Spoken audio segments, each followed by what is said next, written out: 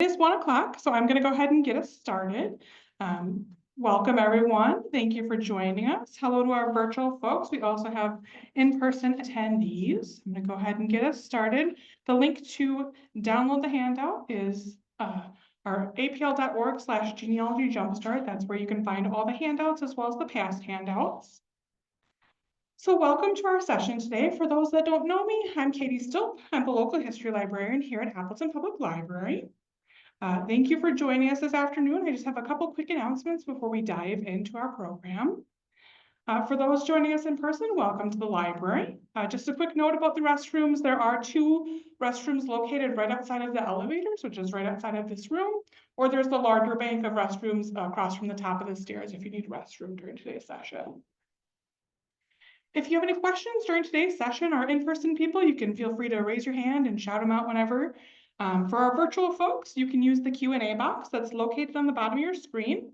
I've got a couple breaks throughout our session today where I'll check in on those virtual questions, but anytime you have any of those questions, just pop them in there and I'll answer them as soon as I can.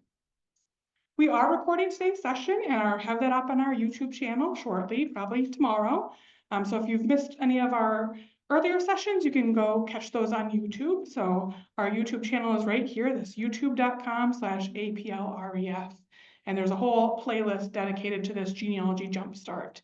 You can also get to it from this apl.org/genealogy jumpstart as well. If you aren't familiar with this series, this is our 3rd of the series. So we're offering future sessions on select Tuesday afternoons at 1 p.m. Central throughout the year. Some months, like this month, we might have more than 1 session. So this is our 2nd session that we've done this month. Our next session is going to be on April 22nd at 1 p.m. when we're going to talk all about researching in cemeteries. Of course, feel free to tell others about the series. You don't need to be an Appleton Library card holder or live in Appleton to attend. Of course, we've got our virtual attendees or people, from all over have traveled to come visit us in person as well. We definitely would like the more the merrier. I'm happy to have lots of people here. Yeah, you bet. We also have another genealogy series called our Find Your Ancestors series. So those are offered on the 2nd Saturday of the month during the school year at 2 p.m. And our next session is going to be Saturday, April 12th, when we welcome Catherine R. Wilson to offer more than 120 tips and sources for finding family photos online and offline. So if you are somebody who's looking for more family photos, and why wouldn't you be? You can probably learn a lot of new sources or things that you didn't know where you might be able to check for those family photos.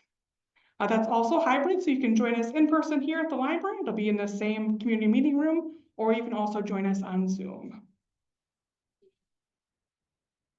That one we are able to record and it will be on YouTube for a limited time. So some of these Find Your Ancestors ones we can only keep for like 30 days or something like that. It depends on the speaker. But these Genealogy Jumpstart ones, since I'm the speaker, they stay up there as long as I want them to, which I have no plans on taking them down anytime soon. So if you've missed any of our past sessions, including those Find Your Ancestors, definitely check out our YouTube channel. We have a ton of other great library programs coming up this month, including this Saturday. We have a cool after-hours photography program where you can actually come stay in the library after we close at 5 p.m. and be able to walk around the library with just a few other people and photograph and test out different things with photography and learning. We have a speaker who's going to offer some photography tips, and then you can walk around the library and see all the cool little details maybe that you've missed. So again, that's this Saturday. Another cool program we have coming up is a small concert by Aaron Krebs on April 8th at 6:30 p.m.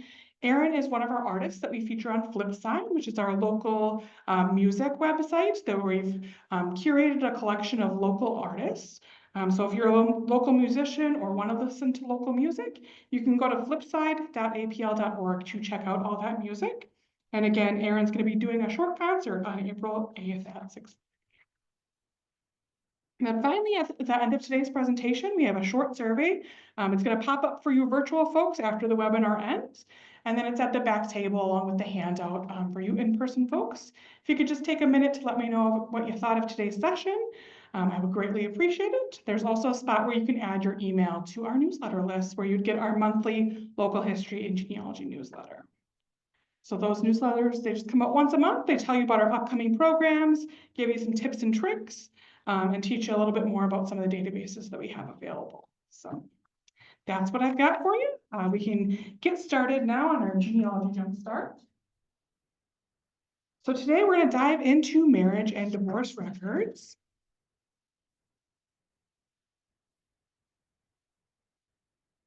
So if you attended our session earlier this month, all about birth and death, you know a little bit about vital records. So marriages are also considered vital records.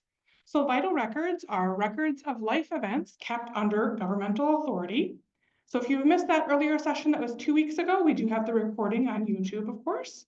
But today we're going to focus all about marriage, which is another one of the vital records. And then divorce isn't technically a vital record, it's a court record.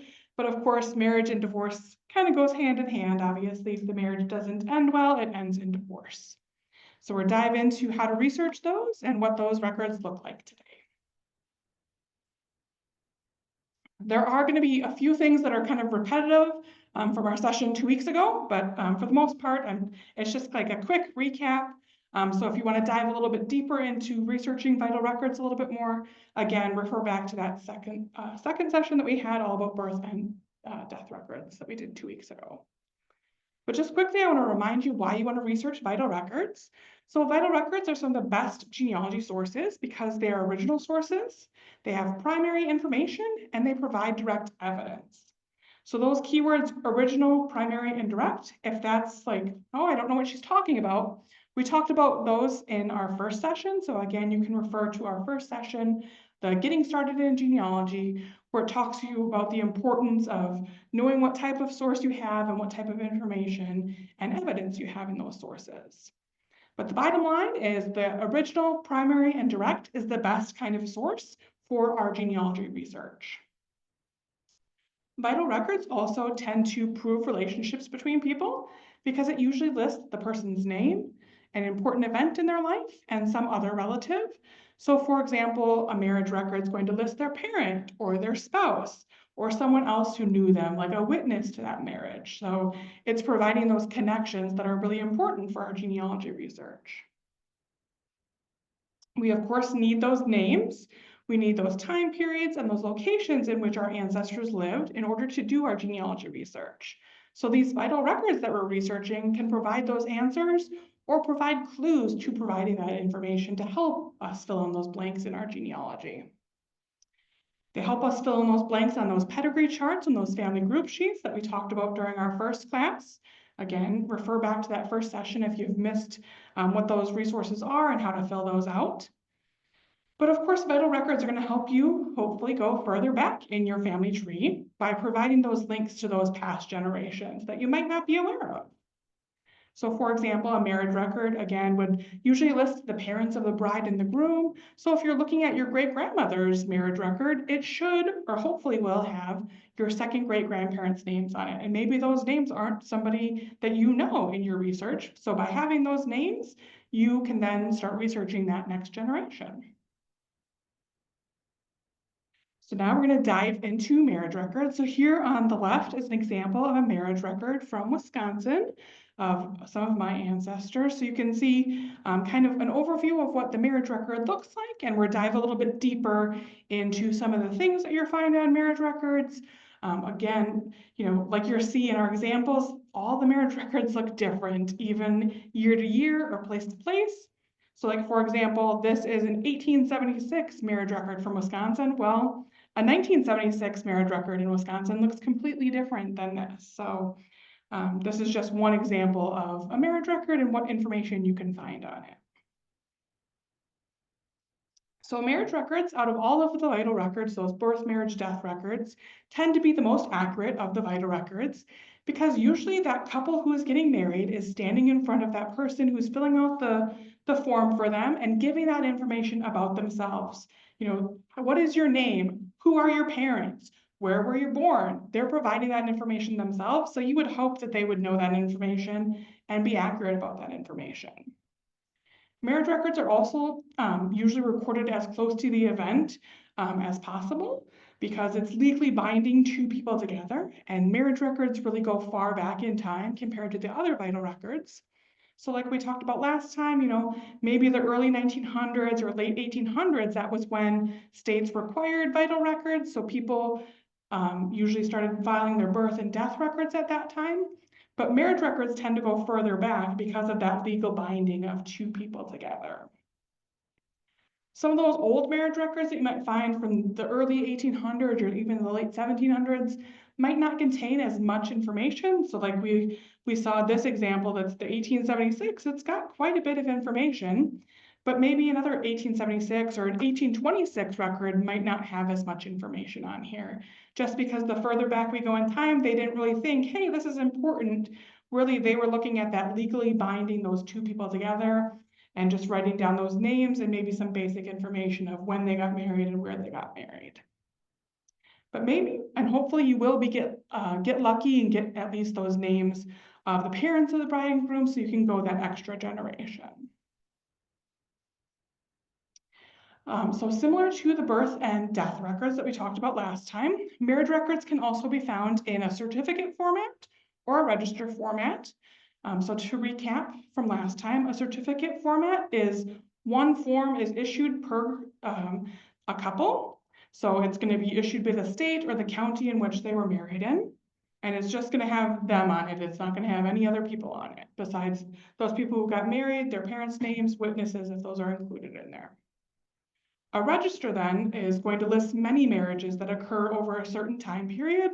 Could be days, could be months, depending on how populated that location is and how many marriages are occurring in that county or that city at that time. So there tends to be lots of marriages spread over two different pages where it's not just that one form per couple, it's multiple marriages are listed on those two sheets. The good news is you might even find the same marriage in both formats, and it might give different information depending on the format. Usually the difference is that one of them was recorded at the state level, and then one was recorded more at a local level, like the county level, for example. So here's an example of a certificate style, and I'm gonna click on the link here and bring you into Family Search so that we can look a little deeper at it, and I can zoom in a lot better so you can see it.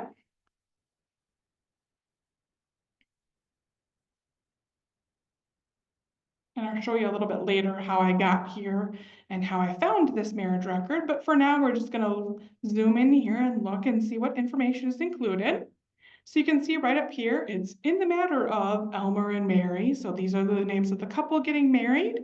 They actually are recording at the probate court level, which you wouldn't think marriages would be recorded at the probate level, but in this time period, in this location in Ohio, they decided to record them at the probate level. So don't be surprised if you find them in other miscellaneous court records. But here, if we zoom in on the side, we can see it's filling out a marriage license for the groom's name, his age, listing the date that they were married, where his residence is, where his place of birth is, his occupation, father's name, mother's name, including her maiden name, saying that he wasn't previously married before. And then over here on the right-hand side, we've got that same information for the bride. So her name, how old she is, again, what date that they're filling it out, her residence, place of birth, occupation, father and mother's name, if she was married or not previously. And then for the females, they also indicate if she is a widow or a divorced woman. And then if she was, it would give her other married names. So you might see a different name listed there indicating that she had previously been married and what that previous name was. Then down here, we can see the reverend signs it and dates it, and then the couple signs it as well. Because she was under the age of 18, it says that there is a parent consent on file. So she was required to have that in order to be married. And then down here, we can see that the marriage license was granted to this couple by this judge and signed by the deputy clerk. And they're certifying that this actually happened, and that is the record. So although this is a certificate type format, you can see there are other marriages listed on here. It's depends on the different locations and how they recorded their records at that time. So you can see this is a different couple down here, but there's 2 different marriages on this page, and then there'd be 2 different marriages on the other page. And you can see if you zoom out, this is a book that they have scanned the page of, and I could go page to page to see additional marriage records here. So that's just one example of what a marriage record might look like. Here is an example now of a register style. So again, the register style is going to have multiple marriages on 2 pages usually. So you can see it starts on the left-hand side and continues on the right-hand side. So if we zoom in, we can see the couple I want to see, which is my second great-grandparents. So I can see this is the number of marriage that was occurred, what date, groom's names, bride name, their ages. Their race is going to be this one up here. So sometimes you might need to scroll up to see, okay, what does this actually mean? And, we got the ditto marks down here. Then you can see their residences, their places of birth, occupations, name of their fathers, names of their mothers. No is written here. So we got to come up here to see, okay, were they previously married? No, they were not. The next column then is their date of marriage. So we've got January 10th. We've got a location, so they were married in Menominee. And then we've got who performed that marriage. We've got the witnesses of that marriage. And then again, over here, you're gonna have to see, okay, what does that mean on this last column? It's the residence of those witnesses. So again, this is an example of that register style where it's across these 2 pages. And we have multiple different marriages listed on this page and that page. Yeah. The previous example Mhm. was Yes. you paid to get that, is that what you get, because that's not what I got. So it depends. The question for you virtual folks, if you purchase a marriage certificate, does it look like what I showed you just a second ago? It depends on the time period and the location. They might have a more like fancy style of it, depending on where you're ordering it from.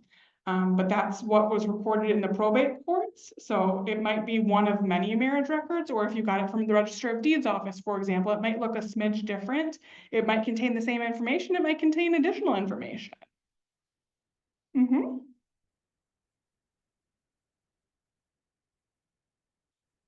In some locations and certain time periods, marriages were kind of a 3-part process. So we'll talk about each of the 3 different parts. But the important thing to know is you want to track down all 3 pieces of this. It's a little different compared to birth and death records where you just have that one record. Marriage records, you might have more than one record that you want to locate. So if your ancestor was married at a time when they needed to file what was called a marriage bond or a marriage ban, you would want to find that, and I'll show you what those look like and what they were in just a second. The second part of the process is they would complete a marriage license. They would then get married, and they would be given a marriage return or a marriage certificate after that marriage was completed. So the marriage bond or the marriage band is basically the couple goes to the court and says, we are going to get married. This is our intent.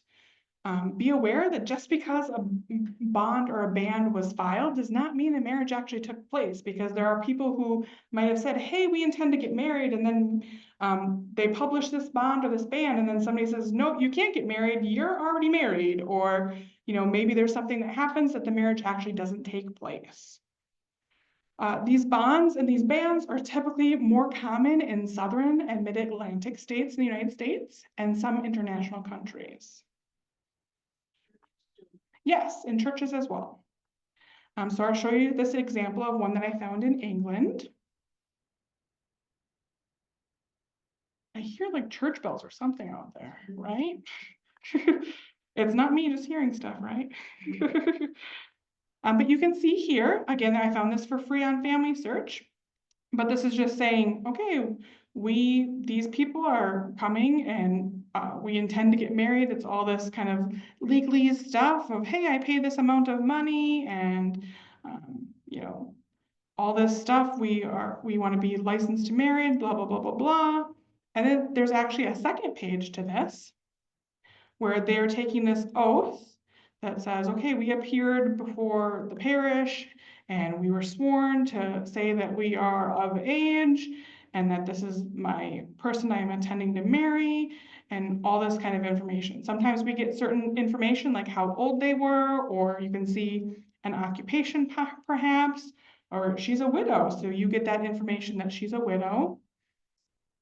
And then again, they're having to sign down here to indicate, hey, this is our intent. And that's, part of their marriage record then. Then the second part of the process would be they need to fill out a marriage license or a marriage certificate. So they fill this information out before they get married and they file it with a proper office. Again, similar to that bond or that ban, just because they filled out that license and applied for it does not mean the marriage actually took place. There might be, again, something that happened, 2 days prior to them actually getting married that they called off the wedding for whatever reason, or decided not to go through with the marriage. Sometimes you will also see, like in this example, you can see the top part is technically the license part. And then down here it says certificate of marriage. So sometimes that part 2 and part 3 of the process is actually on the same page. It depends on, again, that location and that time period and how those offices file their records. But something that would indicate that the marriage didn't happen would be this certificate part on the bottom would be blank because the marriage didn't take place. But again, I'll show you a zoomed in version of this so you can see what data is included in this marriage license. So you can see this is an example from Michigan, where again, the groom and the bride, listing the law and whatever they have to apply for this marriage license, saying his name, how old he is, his color, his residence, his birthplace, his occupation, father's name, mother's maiden name, if he's been previously married or not.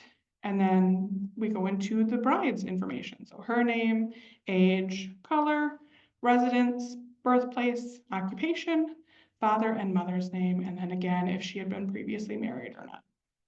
So then again, they're filing this. So you can see they filed it on the 3rd day of July of 1915. And then if we scroll down here, we can see again, the names of the parties. And then this person is certifying, I married these people at this location in this county on the 3rd of July. So they're actually applying for their marriage license and getting married the same day. Sometimes it was the same day. Sometimes it might have been a few days before that they would have filed for that license and then gotten that certificate. It, again, depends on the time period, depends on the jurisdiction of where these folks would have gotten married. But you can see here is the names of the witnesses of this location down here. And then this is the name of the person who performed that marriage. So now after they were officially married, he would have signed that and filed it with the proper authorities.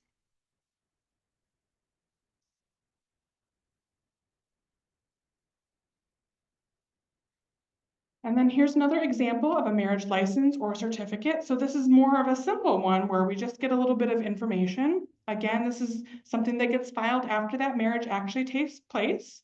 Some, like we just saw, have a little bit of detailed information on it because it might be part of that license, but some do not. So this, for example, does not have a whole lot of information.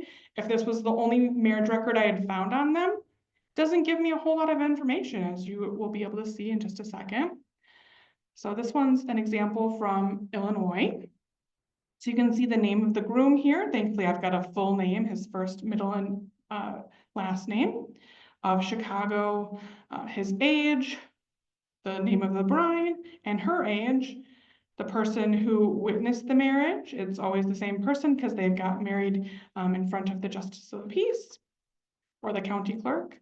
On this date, he signs it. And then just down here, you see again, I certify that I married these people in Chicago on this date. And the person who performed that marriage, they sign it and they give their address. So some very basic information. I don't even have the names of the parents of either of these parties. I don't have their birth locations or anything else that we saw in some of the records that we just looked at. So again, I'd want to see if I can find other pieces of the puzzle, like Where's their marriage license that they would have filled in some of that information before they got this certificate or this license.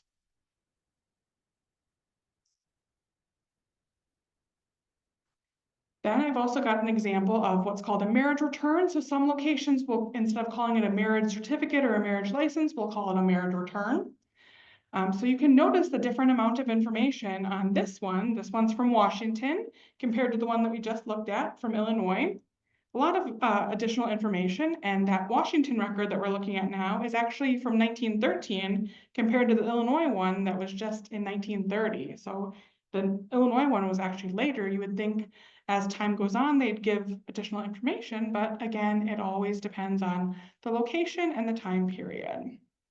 So again, you see full name of the groom, their age, color, number of previous marriages, his residence, his birthplace, occupation, father and mother's name, and then we go into the same details for the bride. So her name, her maiden name if she's a widow, her age, color, number of previous marriages, her residence, her birthplace, occupation, father and mother's name. And then down here we get that date of the marriage, the place of the marriage, and who married them, and the names of their witnesses down here. So again, a lot more information on this record compared to some of the other ones that we've looked at. So you just never know what kind of information you're going to see on a marriage record until you actually see it. Some marriage records, especially the older ones, might even come in paragraph form. So sometimes these are international records or church records that you might have found the marriage listed in. Instead of being in that kind of certificate form where it's fill in the blank, they are writing it in paragraph form because at this time they didn't have those pre-printed forms yet. As with the other formats, kind of the information and the amount of information and the level of detail that's going to be in here is going to vary completely depending on that location and time period. So again, we're zooming in on this and you can see this is kind of just recorded in a book and you can see they're just writing a whole paragraph. If you can read it, like being remembered that on this 12th day of July of 1832, a man, I can't even read some of this, appeared in the clerk's office of the Dearborn Circuit Court in the something and figures following state of Indiana. So this is Dearborn County, Indiana that it's talking about. And it's saying they present the virtue of the authority vested in me by the clerk of the Dearborn Circuit Court. I have granted and do there present grant upon Thomas, so this is the name of the groom finally, and Margaret, the name of the bride. They are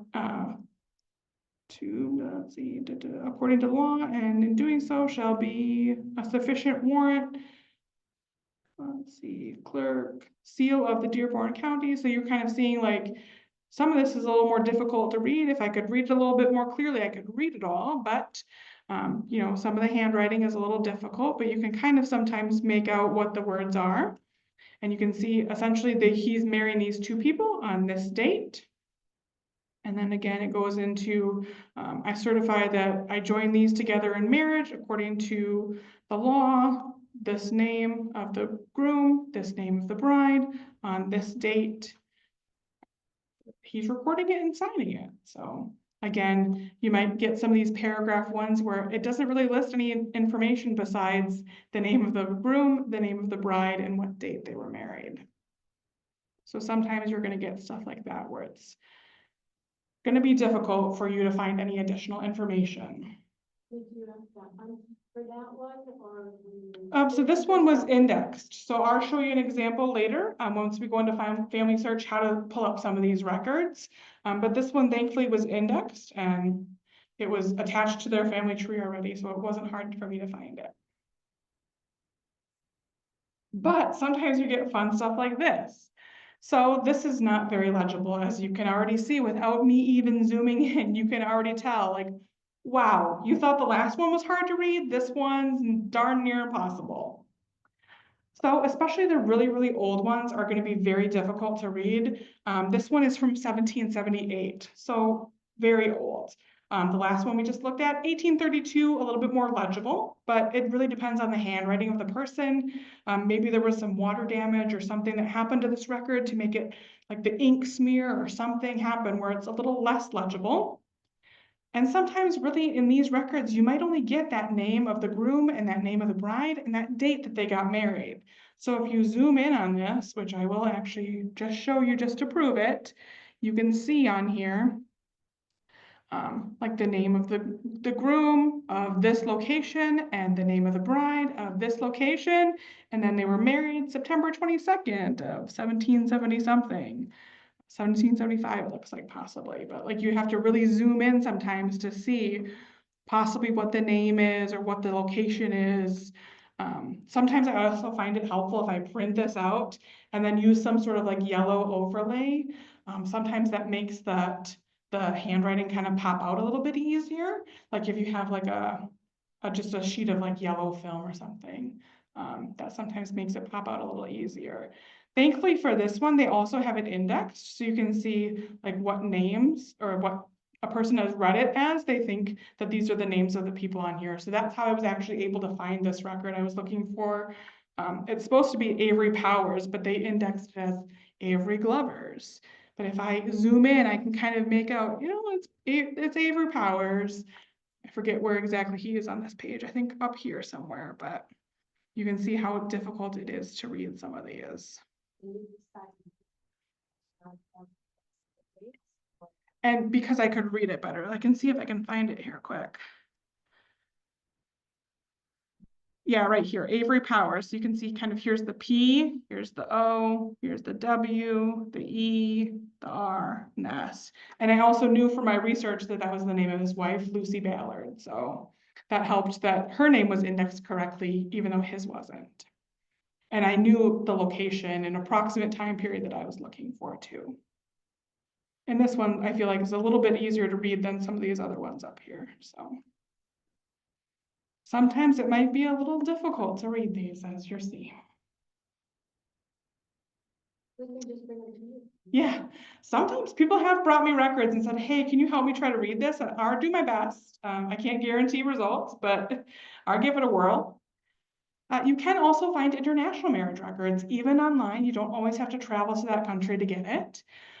So here is an example of one that I found right on Ancestry Library Edition. So we have Ancestry Library Edition for free in the library. This is a record from Germany of my second or third great grandparents, It's obviously written in German, so read it as you can, if you can. But my pro tip for you, you can kind of see it's okay, you can kind of read it. It's a little smudged or a little difficult to read. But if it's difficult to read, I always recommend seeing if you can also find it on another site. This works for records other than vital records. So maybe you find a census record on Family Search and it's hard to read. Try to pull it up on Ancestry.com and see, is it easier to read on there? So for example, this marriage record that's on Ancestry is difficult to read, but then I found it on Archeon, which is a German church record site. And look at how beautiful it is on Archeon. This is the same exact record, but it was scanned in color instead of that black and white. And I can make out the letters and numbers a lot easier on this example. And I can read what it says. So for those who don't know German, I thankfully had this translated with some help. So I can see they were married on this date. He was a laborer of this location. The wife, who was the oldest daughter of the local colonist, and her father's name, what church they were married in, that the groom was under a guardian, and the bride was given consent by her parents. Then it has the age of the groom, the age of the bride over here, and then the religion of both, and that they both got the proper consent to marry. I also have an example of a church marriage record. So again, this one's in German because of the time period and location, but sometimes you will get them in other languages or English, depending on that church and that time period. But just to kind of translate the headings up here, it's just giving the number of the marriage, the name and residence of the groom. So I can see a full name here and what location or residence he was. So it's Town of Howe in Oconto County, Wisconsin. I've got his age, so it actually says he was born on the 30th of September in 1874 in Ornshagen, which is part of Prussia. Then I get the name and the residence of the bride. So again, here's her full name and where she's living, again, the town of Hall. I've got her age. So again, instead of giving me just the age, it gives me her specific birth date and that she was born in Lomira, Wisconsin in Dodge County. This is going to be that marriage announcement. So when they are announcing that they are going to get married is the 13th of January, 1901. Then we've got the actual marriage date happening on the 18th. And then we've got the witnesses here in that last column. So I might look at these and say, hey, Gardebrick, that's the same as the groom's last name. So maybe this is a brother or a cousin or somebody I want to look into to figure out how are you related. And I can see the same for the next person. It's Shaws, the same as the bride's surname. So I want to look into these people because even though they're witnesses, they're likely going to be somebody that's related to them, especially if they have the same last name. Even if they don't have the same last name, like this third person, okay, it might be a cousin or a married sister of the groom or the bride. So again, always research those witnesses a little bit because there's usually some sort of connection to those. But then I also found an actual vital record. So we just looked at the church record. This is the vital record for this same exact marriage of this same couple. You can see a lot of key differences, including this one's all in English compared to the one that was in German. The parents' names are listed on this official record. So right here, I get the name of the groom, of the father of the groom, the mother of the groom. Same for the bride. I've got her name here, her father's name and her mother's name. Didn't have that on the church record. There's no marriage announcement date on this official record, so I didn't know that they had, announced their marriage a few days prior to them getting married. This official record also doesn't have their, exact dates of birth, so I can see they don't even have ages listed on here. I just have a location of where they were born for the birthplace of the husband, and there's a birthplace of the wife down here, but I don't have those exact birth dates like I did in the church record. There's also an occupation listed for the groom here, so it says he's a farmer. Didn't have that on that church record. And then there's a registration date down here, so I know, hey, this was registered just a few days after they were married. If they were married on the 18th of January up here, and then they registered it on the 23rd of January, that's just a few days after they got married, it's going to be pretty accurate since only a few days had passed compared to maybe a few months that might have passed before they recorded this record. I also want to mention, even if you do find that official record, like we just saw, look for that religious record or that church record also, because number one, it's going to be likely where you're going to find some of those older records. Some of those international records are always going to be found in those church records. Even if they didn't actually get married in a church or some other religious institution, maybe they lived in a rural area, maybe they got married at home instead of traveling to that church, but they still reported their marriage to the church that they were affiliated with, and they still would have recorded that in the church books. And I also want you to look at those marriage records there, even if you do find that actual record, because like we just saw, there is a difference in the amount of detail on that church record compared to that official record, or maybe you just do find only the church record and not an official record. You never know what additional information you're going to find on either one. Here's just a kind of snapshot of what you can typically find in a marriage record. So like we just saw a bunch of examples, a lot of varying details on what's included and what's not included. So not every detail is going to be on every single record. Records might have errors on them. So you always want to try to be sure to locate more than one source for each fact that you find on the record. So even though the record we just looked at a minute ago had a birth date for one of my ancestors, that's just one source. Maybe I want to now find a birth record for him to confirm that, or some other additional sources to confirm his birth date and his birth location in addition to that marriage record. But typically on a marriage record, you're going to get, of course, those names of the husband and the wife. Hopefully it will have the maiden name of the woman. It's going to have that date and place of marriage because that's an important piece. It will usually have the name of the official who performed that marriage. I always use it as a clue also to find the religious record. So if I find the name of who married them in that official vital record, I then will look at the city directory for that location in that time period and see, okay, what church was that person affiliated with? Or was he the justice of the peace? To see how can I find that church record that my ancestors were affiliated with if I don't know what church they attended. Sometimes in the records, you might see the ages and birthplaces or even an exact birth date of the husband and wife. Sometimes you get that residence location for both of the marriage, or both the groom and the bride. Sometimes you get occupations, but the older ones usually just ask for the husband because, of course, usually in older times, the women weren't working outside of the home. Hopefully you get those marriage or the names of the parents of both the husband and the wife. Again, sometimes those older ones might only ask for the groom. Sometimes there's information on if they were previously married and if it ended in a divorce or a death. So perhaps one of the people were widowed, it would list that. It might list their former spouse's name, or perhaps when they died, or perhaps when that couple was married. Again, the level of detail and what they put in there is going to depend on who's recording that for them. Again, sometimes witnesses are listed, and again, follow up on those people and research them a little bit because they might be relatives that you didn't know about, or that might lead you to additional records about that family. Because if my brother is a witness to my marriage, maybe I'm going to be a witness to his marriage, and I might be featured in other records related to my brother because we're siblings. We witness each other's vital events and other things. We're intertwined with our lives. Any questions so far?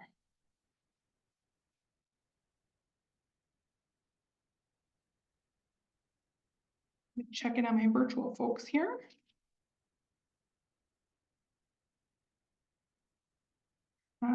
You can take a screenshot of my slides. Yes, I allow that. We all are also recording if you'd like to refer back to the slides.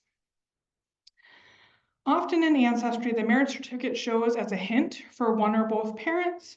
Should it be saved under the parents and the child getting married? Yes, I usually do, because even if has the parents featured on it, that's still giving you something on your timeline. So remember last time we talked about timelines and how you want to put a timeline for each of your ancestors.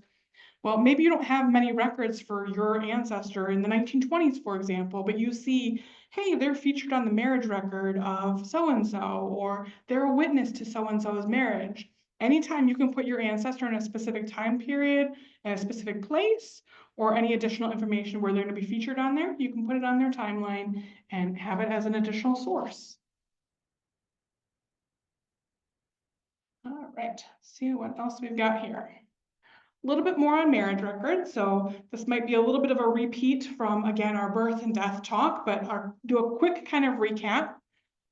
So again, there might be additional marriage records depending on where and when, or more records related to the process depending on, again, that place and that time period. Every place is different. Records change throughout time. So like I mentioned earlier, a 1901 marriage record is going to look different in Wisconsin compared to a 1960 marriage record in Wisconsin, or a Wisconsin record is going to look different than an Illinois one, or an Indiana one, or a Florida one. They're all going to look different. The easiest way to figure out what the process was, what records are available, especially online, and where to get them for a given location, is to be able to start at the Family Search Wiki and search by that location and the word vital records. Or, as we learned in our last talk, civil registration is the keyword for international marriages.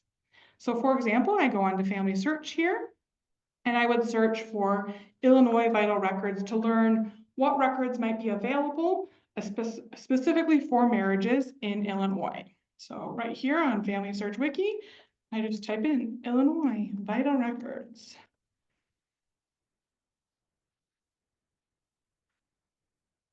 And now I see a little snapshot. Okay, this is when the earliest births occur. This is where the earliest marriages occur, which is with whenever the county was formed. This is when they were required to be statewide registered. This is usually when you can find most marriages after this time period. But again, you still want to check, even if your ancestor was married shortly before this or a few years off, you might get lucky. Maybe they filed something before that time. But you can scroll down here and now you can see the births, the marriages, the deaths, all the different links of resources that they have written down here for you, that you can click all these links and start searching right in there. If you see the $sign, that means that you usually have to have a paid subscription or some sort of access.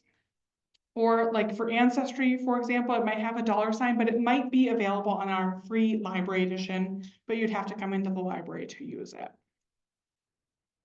Then you can also see there might be more than one thing featured. So you can see like, oh, this one's marriage and death indexes for a specific county in Illinois. So you always want to double check all these other resources that might include more of the state or might include more than one vital event.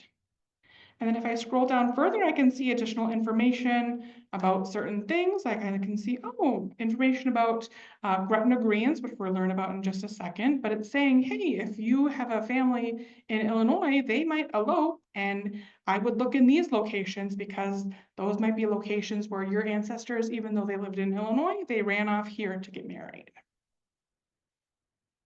And you can find other additional details specific to these locations again. And then again, just like I mentioned, if you're searching for an international place, you want to use that civil registration. So for example, I put in Ireland civil registration. That's the term that they use for vital records internationally. So similar to what we just looked at for Illinois, I can see some online resources for these births, marriages, and deaths. I can see lots of other links and stuff that I can click on. I can see background information, what information might be recorded in those records, and all kinds of great information that's going to give me a little snapshot of how I'm going to start researching in this location and how to navigate that research. Because again, every location is different. Of course, like we just saw, each state and each country has different dates on when they started legally requiring you to file a vital record. And even then, people were slow to 100% comply. So even if the date's 1907, they might not have been 100% in there until like 1910 or 1912, because it was slow to catch on. Again, you might even find vital records before that date, especially those marriage dates, because remember, we're tying two people legally together. They really wanted to record those even before it was legally required to. Again, to learn when those marriage records started being required, start at that family search wiki, and then you can learn where to start researching these and see what online resources are available for that location. In the US, like we learned last time, many of the vital records are held local or through a county department, such as a Register of Deeds office. Like in Wisconsin, we have ours housed at the Register of Deeds office, or it might be under a clerk of courts office. I think that's Illinois' term for how they file theirs. So the records could be at a county level, it could be at a city level or a town or a village level. It really, again, depends on that different jurisdiction and how they handle their records. So that's why we want our location to be as specific as possible. Hopefully you have at least a county in a state where they got married. If you just have, hey, I know they got married in Illinois, you might want to try to narrow it down through some other research before you start diving into all of the Illinois records, unless there's a statewide resource that you can search all of Illinois marriage records. Again, that name of whoever's owning those records, like the Register of Deeds office or the clerk of courts, is going to vary depending on the location. Some states also have a statewide office that might have copies of more of their local records. So for example, we have the Wisconsin Vital Records Office in Madison. That's part of the Department of Health Services, where they have copies of every vital record that happened in the state. You might also, again, be able to search those statewide resources. So they might have an online index, or it might only cover certain years, or maybe their indexes are only offline. It really, again, depends on the different location where you're searching. Again, unless you have that specific county, it might take a while to search depending on how easily accessible those indexes are. Some states also have sent some of their historic records to another place. So for example, maybe records are featured at the State Historical Society of Iowa or the Wisconsin Historical Society. I know keeps our before 1907 vital records. So those birth, marriage, and death records for Wisconsin are at the Wisconsin Historical Society. You can also get them at the local level at the Register of Deeds office or at that Wisconsin Vital Records office. So sometimes there's more than one location where you can research the same exact record. The years of those historic records are going to vary depending again on that location, and it might not always include every single county. So maybe, Milwaukee County isn't included in that, or Dane County isn't included in that because they have such a large amount of records. Maybe they don't send their records to the state, for example. So again, every state's different. Every country is different. That's why we start with that Family Search Wiki to help guide us to where we're going to research in that specific location. And to make sure we're researching in that exact right spot, because we don't want to have to drive all around a certain state or search a bunch of different websites to find the thing we need. The Family Search Wiki is going to help guide you to the best place to start. Like you saw, a lot of my examples, some locations have put their records online or have put indexes of their records online. Not everything is online though. So a couple of the ones I showed you were actually things that I got offline. Again, each location is going to decide what they want to do with their records and how they want to provide access. Maybe they only have a certain amount of time, like, hey, the last 100 years, that's not online, but anything older than 100 years or anything older than 50 years is online. Again, every place is different. Those indexes that you might find online or offline is going to lead you to a record, and it might give you some great information on that index, but you always want to follow up to get the actual physical record, which might be offline, because remember those indexes, that's a derivative source. It's somebody's creating that index. It might not be 100% accurate because errors can happen as people are creating that index. Again, indexes might only be offline, or some years might only be online, some might be offline. Again, every location is different. And the cost of the records, just like those birth and death ones that we talked about 2 weeks ago, it's going to vary. It could be $20, could be $5, could be $50. It depends on where you're getting it from, depends on that specific location of where you're ordering it from. And again, there may be multiple ways to get the same exact record. Like I just listed 3 locations where you can get a Wisconsin Vital record, for example. And the costs are going to vary at all 3 of those locations. So to research a marriage record, you're going to need at least a few pieces of information. So you're going to need at least one name of either the bride or the groom. You're going to need a date of the marriage, or at least some sort of date range or approximate location, approximate date if you don't have an exact date. You're going to need a geographic location as specific as possible, because remember, the records are held usually at the county level or sometimes the town or the city or village level. So for the date, I always recommend checking some of your existing research for clues. So perhaps you found their obituary or some other newspaper article that has information about them that might have their marriage date or approximate marriage date. So maybe you find a newspaper article about them celebrating their anniversary and it lists their marriage date. Or you can see, hey, they celebrated their 25th anniversary on this date. Well, that means they got married approximately 25 years ago on that date. You have a little bit of, wiggle room, of course, but that gives you a time period. Or maybe you find just a little announcement of, hey, they applied for a marriage license at this time. Well, hopefully within the next few weeks or few months, they would have gotten married then. If you need to know how to research in newspapers to find some of those resources, we're going to talk all about newspapers in July. Another place to search is census records. So some census records in 1900 and 1910 in the US ask how many years a couple has been married. The 1930 census asks what age that person was at their first marriage. So again, you can do a little bit of math. The 1850 to 1880 censuses ask if the couple was married within the year. So that could, again, give you an approximate date or a range of dates. If you need to learn how to work research in those census records, we'll talk all about it this fall in September. There might be a divorce record. Of course, if the marriage ended in a divorce, it might list when they were married. Or maybe this person was, one of the people were married subsequently, so maybe the groom died and the bride later remarried. Maybe it lists that previous husband's name and what date they were married in that subsequent marriage record.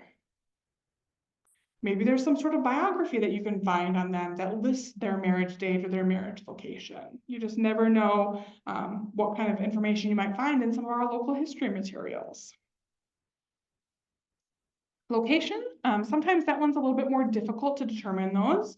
Again, you want to try to be as narrow and specific as possible on a location. So if it's not in their obituary, could you maybe figure out where the couple was living around the time that they were married? Like, could you use the census?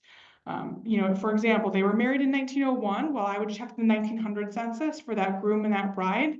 Are they living in the same location? I would think that they would be married in that location then. Or it's worth a shot to, maybe around that location they would have gotten married. There's also the city directories. Perhaps you could find them in the city directory for that specific year and see where they were living. That'll be our November topic, all about city directories. Or think about what other known locations for that family. For example, I know that their first child was born in Peoria, Illinois. Well, maybe I'm going to check for a marriage record for that couple a few years before they had their first child to see. Were they also married in Peoria, Illinois? Worth a shot. It's kind of the best clue you have at that point, maybe to try to narrow down where they were married. Even if you do narrow it down to a state or a country, you want to check indexes for that specific location. So there might be an Illinois marriage record index, or a Wisconsin marriage record index, or a Florida marriage record index that you can search online. So again, start that family search wiki, or there's also a resource called Cindy's List that I'm going to show you, where you can see what kind of indexes might be available online for you to hopefully narrow down that location. So this is one of the resources in your handout. It's just cindyslist.com, completely free site. So what you can do is you can click over here on the left where it says categories. Sometimes ads do pop up because it's a free site. She's got to pay her bills, of course, just like everybody else. So you might need to click out of those ads. But you can scroll down here. You can see these are all alphabetized. So I can either click on a letter, like if I'm looking for marriages, I might click on the M's and it's going to bring me down to the M's. And I can see there's a whole marriages and divorce tab here that I can click on and then see all these different resources about marriages. There's also locality specific things. So if I know I'm looking for a United States one, I can click on that. And then now I can see listings of all the different states. And hey, if I want to check in Florida, I can click on Florida. And now I can see, oh, there's a divorce index, there's a marriage collection, ancestry, and then click on all these different links. So if I click on a link, it's going to bring me to that website where I can then search, for example. So again, as specific as you can get with a location, even if you just know that state or that country, this might be a good spot for you. You can also do international as well. So I just clicked on US specific, but she does have international ones. So you can see Australia, New Zealand, Canada, miscellaneous, Netherlands, UK and Ireland, and all of these would expand further.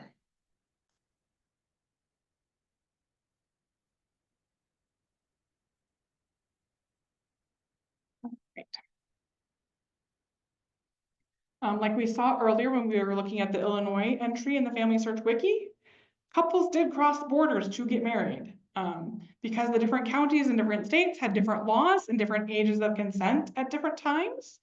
So like we saw in one of our examples, somebody had to provide consent, like a parent had to provide consent for a bride who was underage.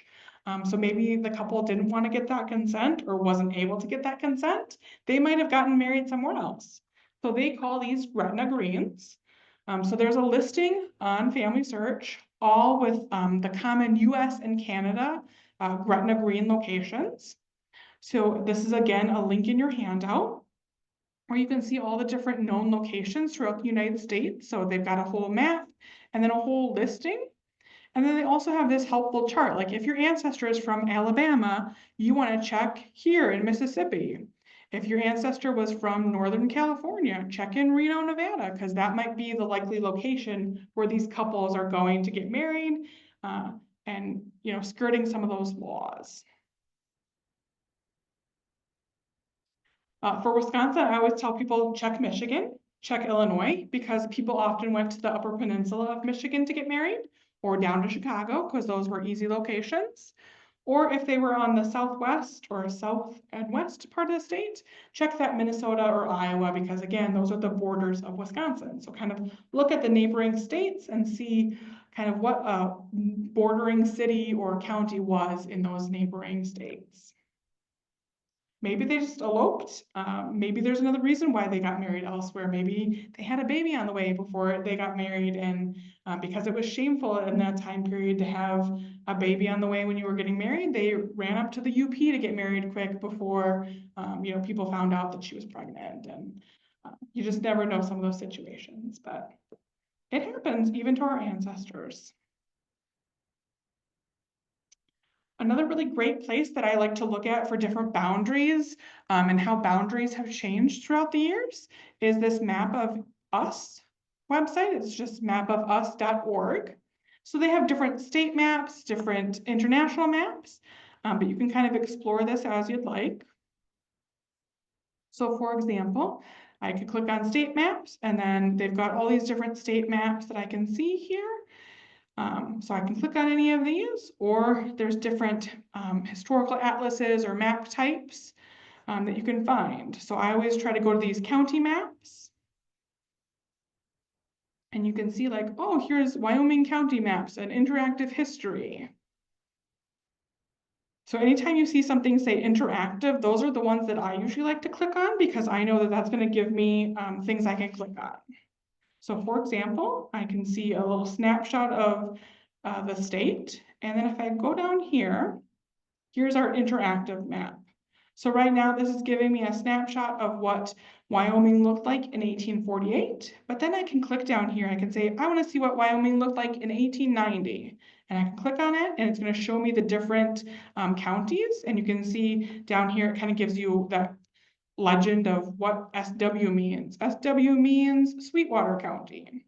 And I can click on, okay, I want to see what it looks like in 1929 and see how the state is changing, because maybe my ancestors got married in 1864 and I want to see, oh, Wyoming kind of really only has, 2 counties, or I can read up here kind of, oh, this county is created from this, or that happened, or look at it's a huge part of Idaho at this point. Maybe my ancestors actually are featured in Idaho records instead of Wyoming that I thought. So this is another tool for you to see some of those border changes and find out maybe where those records are held.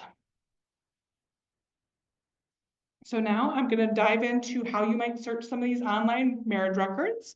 So first, we're going to look at Family Search. This is a website that's completely free for anybody. You can use this anywhere you have internet access. But here at APL, we are what's called an affiliate library of Family Search. So that means you get access to some of the restricted resources that if you're searching it outside of the library, it might say, hey, you can't access this image, and it doesn't load the image for you. It might say you have to access at a Family Search Center or at a Family Search affiliate library. So you could write down the name of that collection and then come here to the library and then be able to view those records. As long as it says affiliate library, you'd be able to view it here at APL. So this is a free account, but they usually like you to have a free account here. So if you aren't signed in or don't have an account, create one quick. I already signed in earlier because it asked me to sign in before we could view one of my examples that I showed. So now I'm already signed in. And from here, a quick way to start searching is to go to the search bar, click on records. So there's going to be several different ways where you can start searching just on this screen alone. So right here, I can start typing my ancestor's name, for example. So I could type in John Kebschel. And then if I click on this more options, I can fill in some details. So I'm looking for his marriage record. I want to fill in some marriage stuff. Maybe I know, for example, he got married in Michigan. So I'm gonna select that, and then I can put in a year range. So, oh, I think he got married around between 1910 and 1920. And I can click search and see what results come up. So now right here, I've got a little snapshot. He's featured as the groom. This is a marriage date and a marriage location. This is his birth and birth location, parents' names, spouse's name. Well, that matches what I'm looking for. If I see there's a little camera icon, that means there's an actual image attached to this. And I can click on that camera icon to be brought into that image.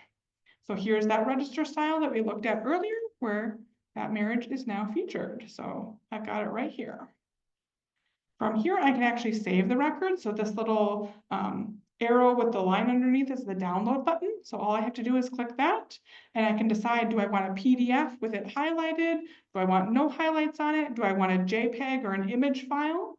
Do I want the citation or do I not want the citation? All that kind of stuff before I hit that download button. And then it's going to magically save to my computer. And now I can pull it up and have an actual copy of this image that I can have forever. Or I can print it from here, whatever I'd want to do. Over here, again, you can zoom in, zoom out, or I usually use my mouse to zoom in and zoom out. It's a lot easier. That is just one of the ways that you can search. So if we go back, yes. Second line, it says principal, not groom. Yes. What does that mean? I don't know why it says principal and not groom, but you can see it kind of has the same exact date information, but this one doesn't have an image attached to it. So if you just see this little icon that has like a paper with lines on it, it usually indicates that it's just an index. And I can click on it. It doesn't say principal here. He wasn't a principal in his occupation. I'm just thinking they're using principal for name or who it was about. But you can see, some of the similar details that we found, and it's giving me a page number and an event date and event location. So if they didn't, for example, have that record that we just looked at, I might use this information then to find the record offline if it's not available online. And you can see right over here, it says image unavailable, but as we saw in this first result, there actually is an image. These two just are different databases. So the first one is Michigan marriages from this time period. The second one is more specific county marriages from this time period to that time period. So they're different data sets that they're using. So if we go back to the search and records, there's also two other options down here. So there's under find a collection or under search by place. So right here under collection title, I can start typing in marriage and see what marriage results. Anything that features marriage in that collection title, I can see all the different locations. Or I can even click on this browse all collections and start typing it there. And then see, oh, there's 260 results. I can use some of these filters over here to narrow it down. Say I just want these birth, marriage, and death records, and then it's going to narrow it down for me.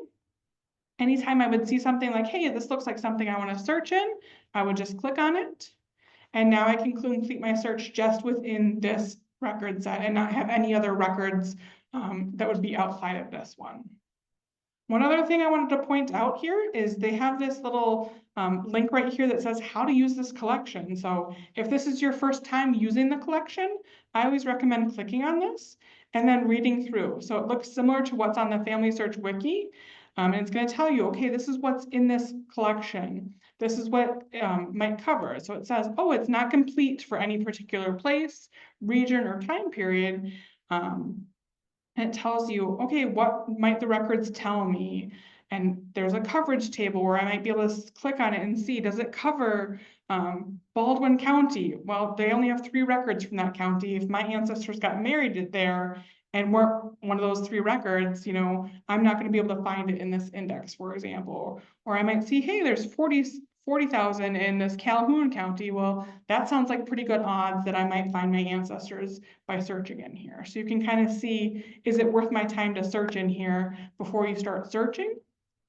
And then if we go back, it says, okay, well, I found the person I was looking for, now what? Or I can't find the person I'm looking for, now what do I do? And it kind of gives you some little tips and tricks on what else you might be able to do at that point. And then again, if we go back to that search and that records screen, we've also got that location or by place. So I could type in a specific country. So say I want to look at Ireland.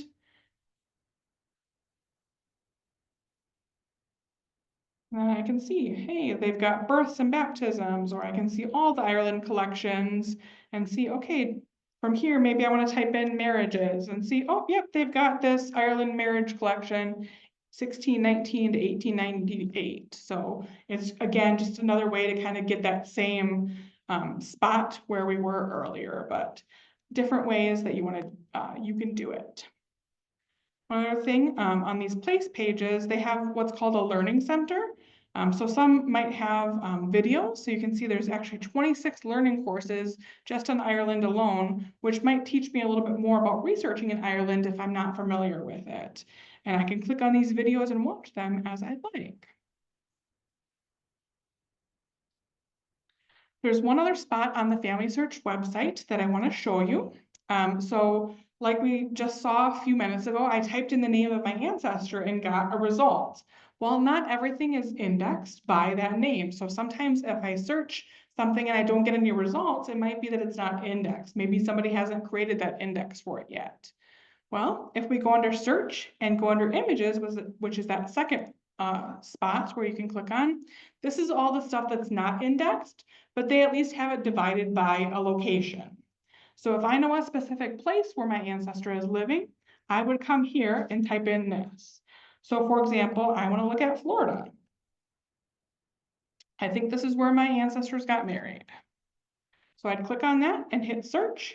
And now I can see there's actually 16,000 results just related to Florida. But over here on the right-hand side, I can actually narrow stuff down. So first I can narrow it down by a specific place in Florida. So say I'm really looking for Lake County. Now that narrows it down from 16,000 to 117. I can even narrow it down further, like, hey, maybe I want Leesburg or Eustis or Altoona. The other thing you can narrow down by is by life event. So this is, you can see they've got some cemetery records, some religious records, some court records, all kinds of stuff. If you're just searching for marriage records, for example, you can click on life event and click on marriage. And then it's going to give you, once you hit update, it's going to give you just the collections that are related to marriages. And now I can see, hey, marriages from 1946 to 1954, they've got some marriage licenses here.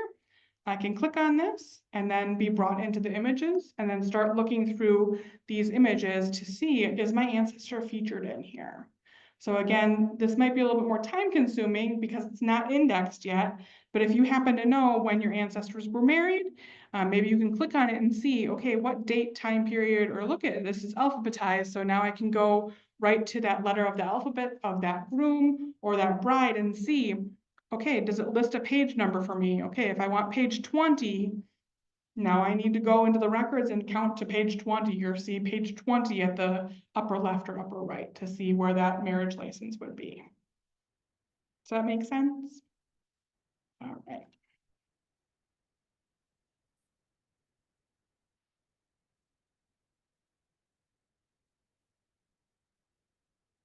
So that was Family Search. We've also got, again, Ancestry Library Edition. So this is, again, free in the library. You do have to be in the library to use it for free. You can bring your own device if you have an iPad or a laptop, or you can use one of our public computers to sign in and use it. Or if you have a paid Ancestry subscription, you're going to get some similar stuff, and it's going to look very similar to you. Once you're in the library, if you want to get to the library edition, you just go to apl.org, which is our website. Click on eLibrary, so it gives you all of our databases that we have. You can either narrow it down by genealogy to narrow down just our genealogy databases, or since it's an A for Ancestry, it's going to be pretty close to the top. Before I click on it, I wanted to point out more details. So again, it kind of gives you a little snapshot of this database. And then down here, I've got a user guide. I've got a whole YouTube video all about Ancestry that you can watch at your convenience. That'll give you some more tips and tricks. I talked to you about what the difference is between the library edition and the paid edition. So this is just kind of giving you a little bit more detail on this database before we dive into it.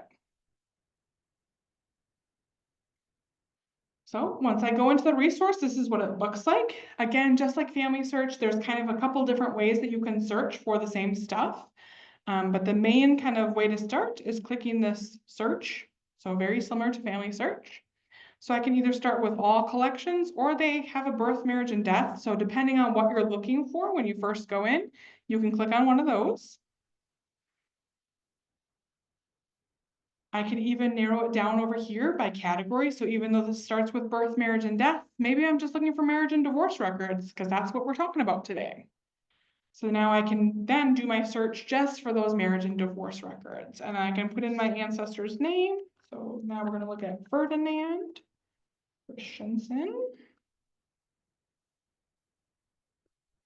And I can again see there's a marriage spot, so I can kind of put in an approximate date if I wanted to, so 1876.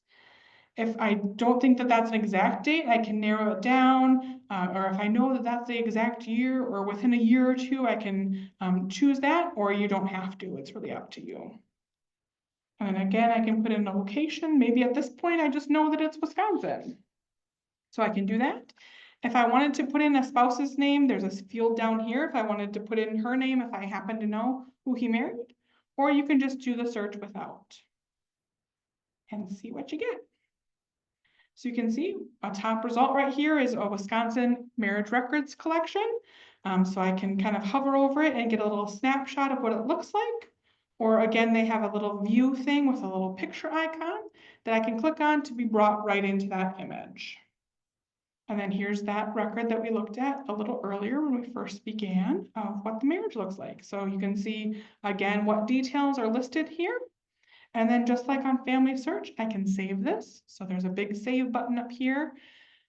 Send image home. So that's if you're in the library, you can click that and it's going to ask for your email address. So then I can put in my email address and get sent an email. I always recommend choosing the second option to save it to the computer because then it downloads it to your computer.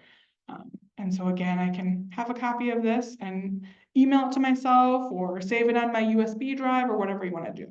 Yeah. So if you have to be in the library, but then you would put it on. Yeah, you have to be in the library to access this if you're accessing the library edition, but you can save it to your USB drive, or you can print a copy of it, or email it to yourself, whatever you wanted to do.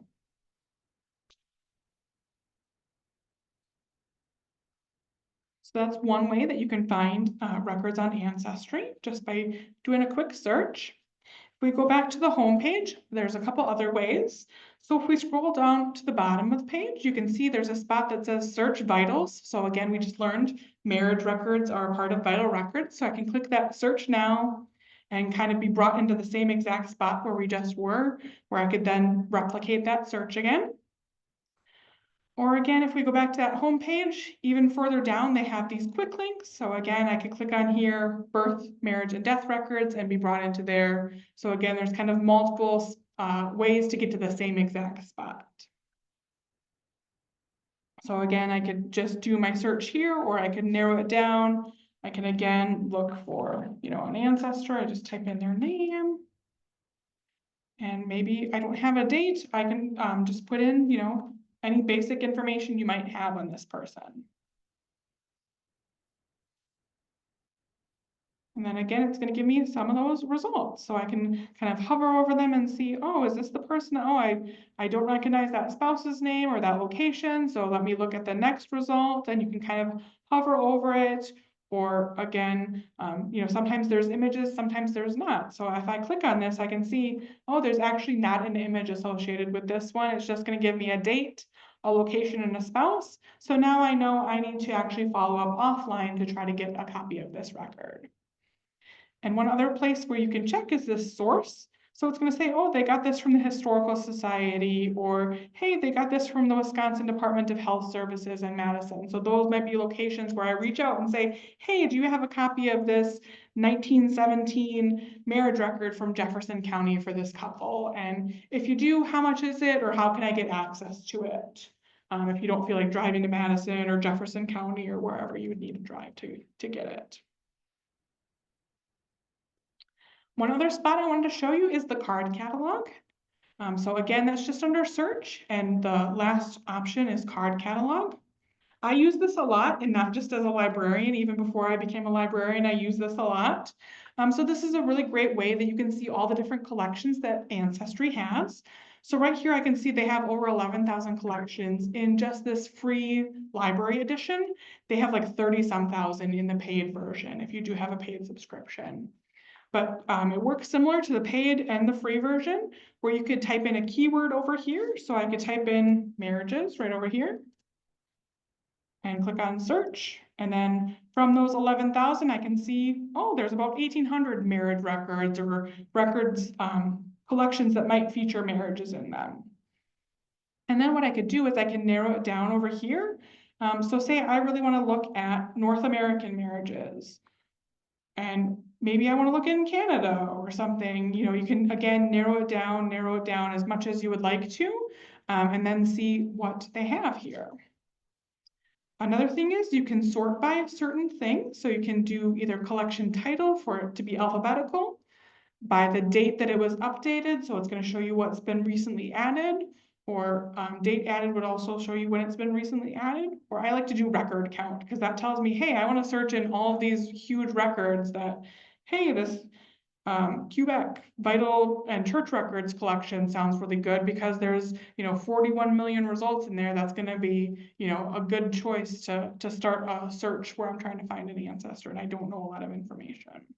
Or I can see, oh, there's an Ontario marriage collection. So I can click on it and then do my search right in here. Or sometimes you can browse the collection. So maybe I want to select a specific location and then a specific year. And I can see, what results there are. Or I can see, oh, they only have this year, and maybe it's not that year I'm looking for, whereas other locations might have multiple years. Another thing I like to look at is down below. You can see where they got this source information from. And you can see more about this collection down here. So it's going to tell you, okay, this is, more information about this collection before I start diving in and seeing, oh, it's missing this location, or, oh, this is where I can find more information about this, records that I found in here. And again, they have lots of great international ones. So this is where I found some German records. As you can see, we're searching in Canada ones, and I don't need to have the world subscription of Ancestry to do it because we're in the library. Any questions about Ancestry? Check into my virtual folks here. Does Ancestry have England marriage records and Canadian marriage records? Well, as you can see, they do have some Canadian ones. We can see about England here. If we go back to this birth, marriage, and death, I would check in the card catalog. We can type in marriages. And then I can filter by location, so Europe. And then I would find England. Where are you? So sometimes it might not be listed. So if it's not listed, or it's going to be under UK and then under England. And so you can see all these different, counties or districts that they have, and you can see all the different collections that they would have for England.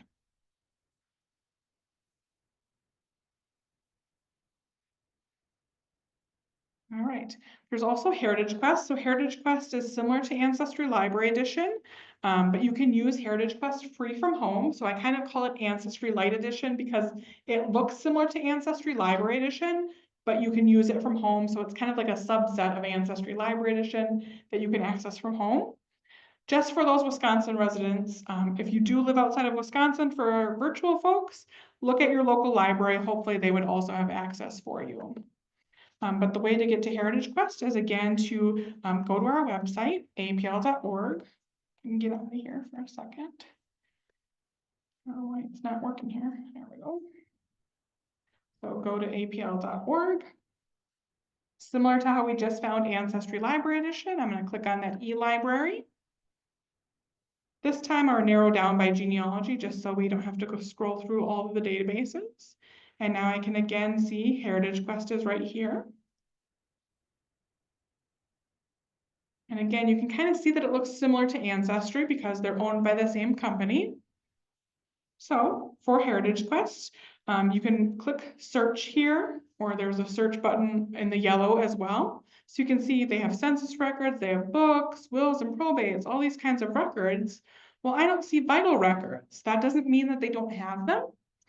So what I like to do is I go down here where it says search in other locations. So if I know, hey, I'm looking for more US records, I want to see some US marriage records, I can click on that down here. And then I can kind of scroll through and see, hey, are there marriage indexes? Well, here's an Alabama one. So this is kind of a long listing. There's a trick. If you have a Windows computer, you can push the button Control and the letter F on your keyboard, and it brings up this little search box in here. And then I can type in marriages here.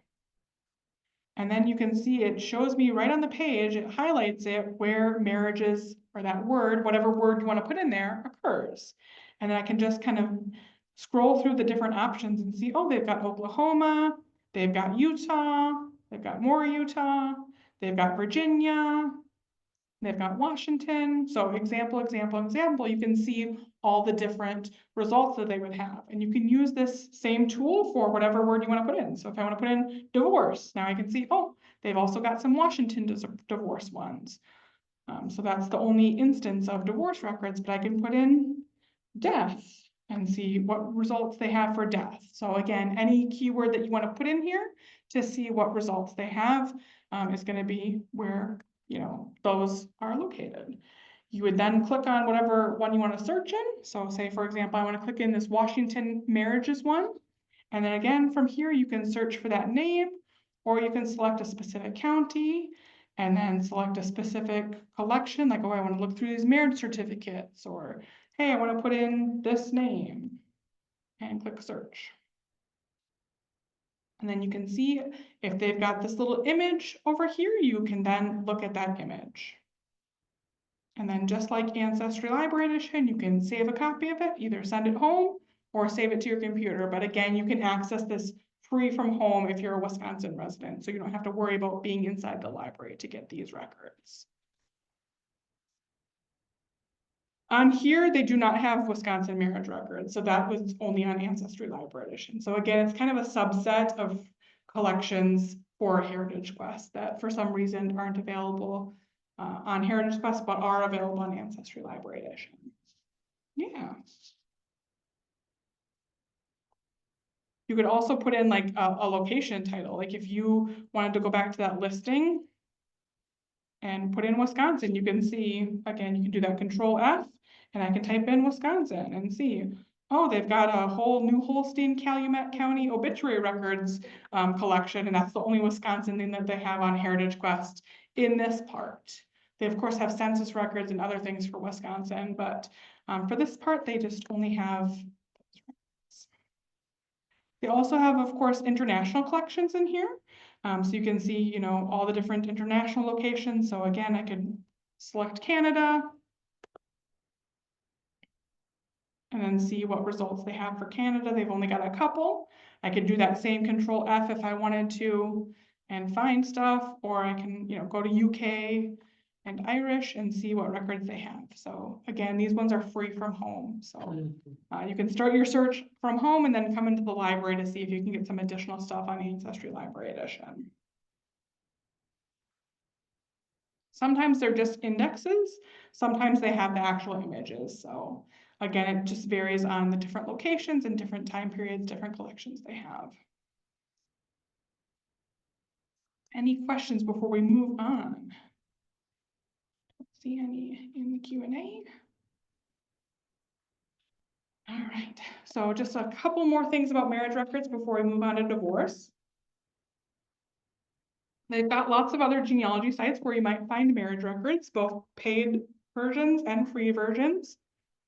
So for example, there's a site called MyHeritage and a site called Find My Past that are two popular subscription genealogy websites where you'd have to pay to have access to those.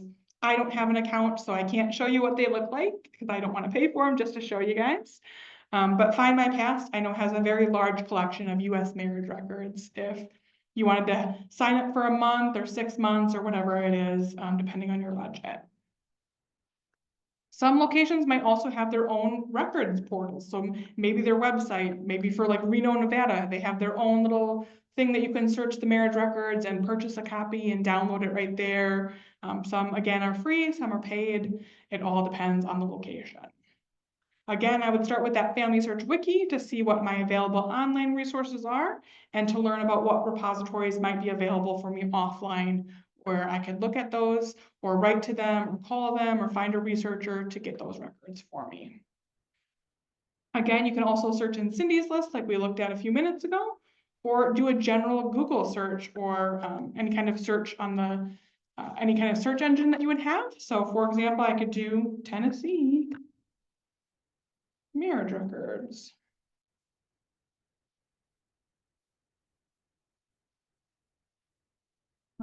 I don't know why I put quotes in it. My brain is only half working today. Did I spell it wrong? I did spell it wrong. Maybe that's why. But now it's going to show me, okay, here's Tennessee marriage records. They have a whole Tennessee virtual archive that I could click on and explore and see. And it's going to tell me, oh, if it's older than 50 years, you know, I might be able to find it here and I can start searching in here, for example. So again, every location is going to be different. You can see what other results you might have in this Google search to see how I might find, you know, record sets in a specific location that I'm looking for.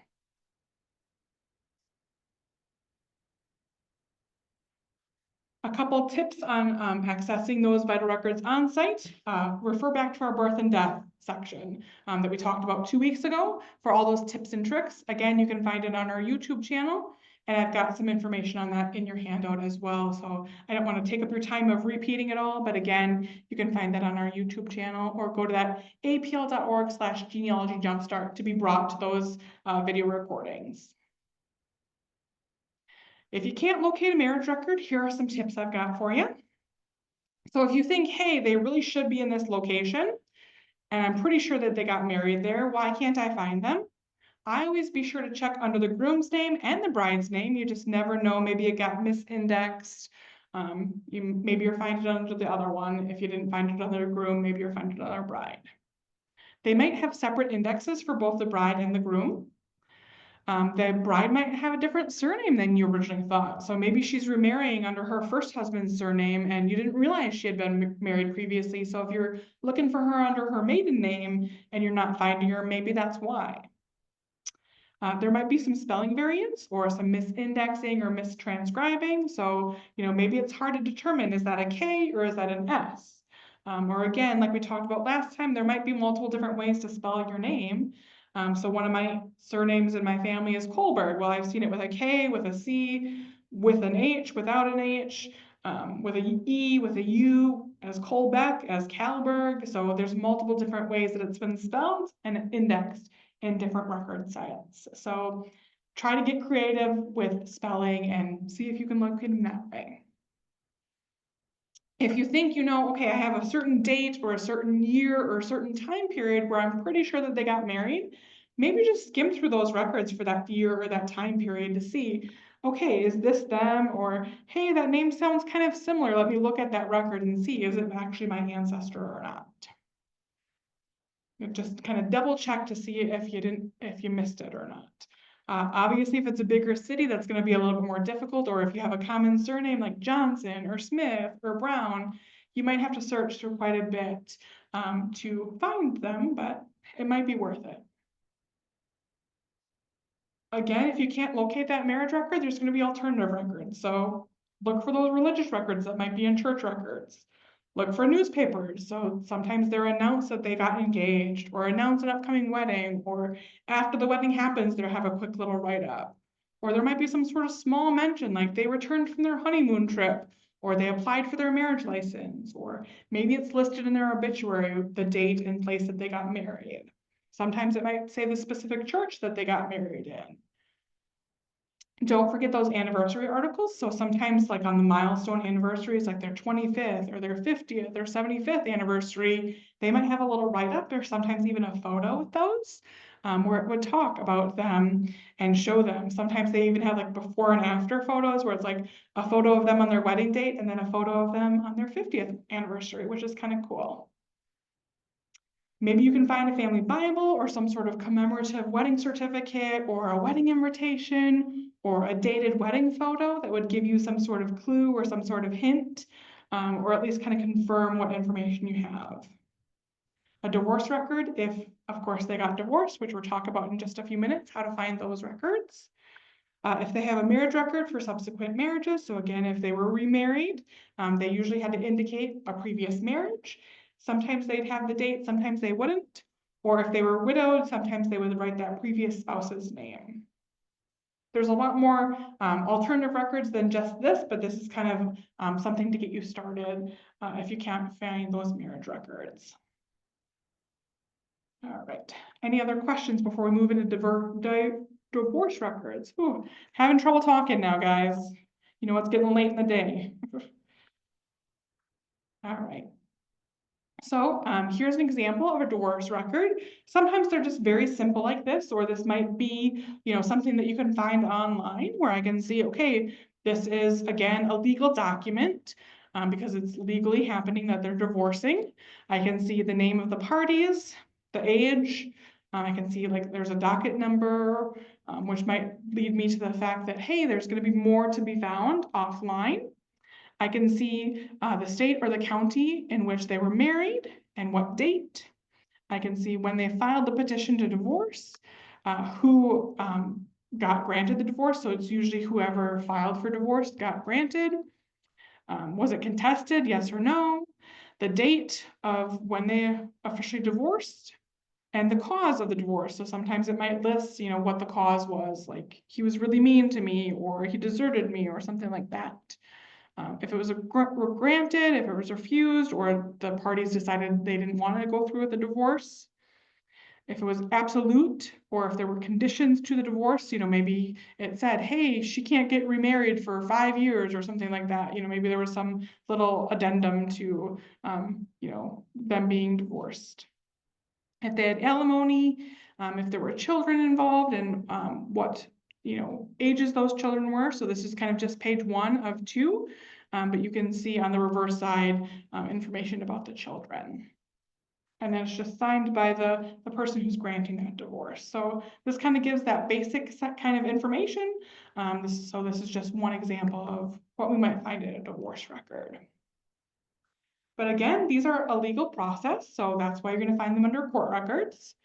They're a little harder to grant for our ancestors than it is now, but divorces, of course, still happened, even as far back as the colonial period in the United States, and even internationally, of course, divorces occurred. Like we saw on the example, you usually had to have grounds for a divorce, so usually you had to have kind of some sort of like reason why. You can't just be like, you know what, I'm sick of this guy, I want to get rid of him. You had to have some sort of reason. So those grounds can kind of vary depending on the time period and the location, but some of the common ones were adultery, being deserted, or cruelty. So those were kind of the main go-to reasons. Some places only allowed for divorce, I don't know why I can't say divorce today, but my brain is just not working. So if the wife was the one who committed adultery, sometimes that was the only reason why they could get divorced, which is ridiculous, but that's how the laws were sometimes. Some could prevent a guilty party from remarrying. So if she was the one who cheated on her husband, you can't get remarried because you were the one who caused the marriage to, you know, end. Or they couldn't remarry that person that they committed adultery with. So sometimes you'll see fun little laws like that or fun little things like that in divorce records. You can call them funny, don't call them funny or interesting, you know, they're strange, yeah, whatever word you want to use. Other locations had their own rules depending on the time period and that location again. So for example, I saw an instance of in England before 1858, it was actually an act of parliament if you wanted to get divorced. So only those aristocratic and wealthy could get a divorce. If you were somebody who was not in one of those classes, you were out of luck. You had to deal with whoever you married. Because people had to kind of prove their case and why it was important for them to get divorced, some of the details might be a little difficult to read and kind of contain some sensitive information. So kind of just be aware of that before you start diving into these records. And just be aware, we also don't know the accuracy of these claims because it's kind of one person's word against another unless they had some sort of proof, or even if they had witnesses and things like that. You know, it is what it is. We just don't know the full story always, but whatever is included in that record. So it might be something that's hard to read about your ancestor. As with the marriage records, where you are going to locate divorce records depends on the location and time period. The level of detail is going to vary, of course, widely depending on what you can find online and what you can find offline. The format's also going to vary. It might be multiple pages with really detailed court notes and witness testimony, or it might just be like a simple form like I just showed you that's kind of similar to that marriage record that has that basic information about the parties involved and just saying, yep, the divorce was granted on this date and the marriage is officially done. You might find some pieces of the divorce record online that could lead you to more offline records or additional information offline. So don't always stop at whatever you find online or think that that's all there is to the story. There is always more to the story. As long as the divorce laws allowed at the time, most people would get divorced where they lived at the time of their divorce. But certain states, just like with marriages, were easier to get divorces in. So some people would actually travel a great distance or move to a location permanently just to obtain their divorce.